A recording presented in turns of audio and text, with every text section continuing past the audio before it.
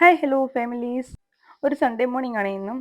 രാവിലെ എണീറ്റ് കുളിച്ച് ഇത്തിരി ലേറ്റായിട്ടല്ലേ സൺഡേ ആകുമ്പോൾ എണീക്കുന്നത്. കറിക്കുള്ള മുട്ട എടുത്ത് പുഴുങ്ങാനായിട്ട് വെച്ചു. ഇന്നലെ ഇട്ട് വെച്ച അച്ചാറാണ്. അപ്പോൾ തണുക്കാനുണ്ട് ഭരണിയിലാക്കിയില്ല. അങ്ങനെ ഭരണിയൊക്കെ ഒന്ന് ചൂടാക്കി അത് തുടച്ചിട്ട് കുറച്ച് വിനാഗിരിയൊക്കെ ഒഴിച്ച് അടിയിൽ ഇത്തിരി വിനാഗിരി ഒഴിച്ച് ഒന്ന് ചുറ്റിച്ചിട്ട് വേണം നമ്മൾ അച്ചാറിട്ട് വെക്കാൻ. അപ്പോൾ പൂക്കത്തില്ല പെട്ടെന്ന്. ഇത് മാമ്പഴ അച്ചാറാണ് കേട്ടോ. അത് കഴിഞ്ഞപ്പോഴത്തേക്ക് നമ്മൾ തീയൊക്കെ കത്തിച്ചു, കഞ്ഞിക്ക് വെള്ളമൊക്കെ വെച്ചു. പിന്നെ ചപ്പാത്തിക്ക് മാവൊക്കെ കുഴച്ചു. നമ്മുടെ മുട്ടക്കറിക്കുള്ള ഉള്ളിയെല്ലാം പെട്ടെന്ന് അരിഞ്ഞരിഞ്ഞ് വെച്ചു.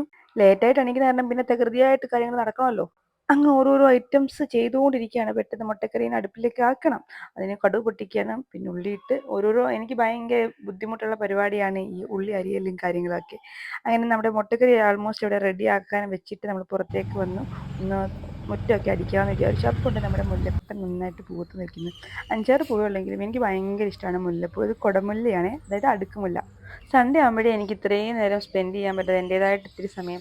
എനിക്ക് ഭയങ്കര ഇഷ്ടമാണ് മുല്ലപ്പൂ. അതൊക്കെ പിച്ചി കയ്യിൽ വെച്ച് കഴിഞ്ഞപ്പോൾ ഗേറ്റിൽ പാലും പത്രമൊക്കെ വന്നിരിക്കുന്നു. സാധാരണ ഇത് അനീഷേട്ടനാണ് രാവിലെ എടുത്ത് വെക്കാറുള്ളത്.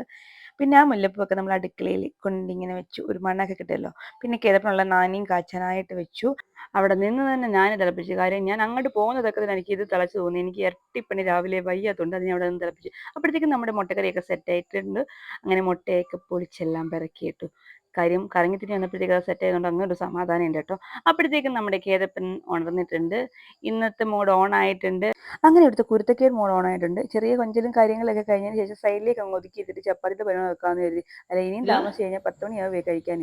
അവിടെ ഇരുന്നുകൊണ്ട് തന്നെ ചെറിയ കുരുത്തക്കേട് ഒപ്പിടി തുടങ്ങി. ഞാൻ അപ്പോഴത്തേക്ക് ഒരു ഉണ്ട മാവ് എടുത്ത് കയ്യിലേക്ക് കൊടുത്തു. ഇനി കുറച്ച് നേരം സമാനമായിട്ട് അവിടെ ഇരിക്കാമല്ലോ.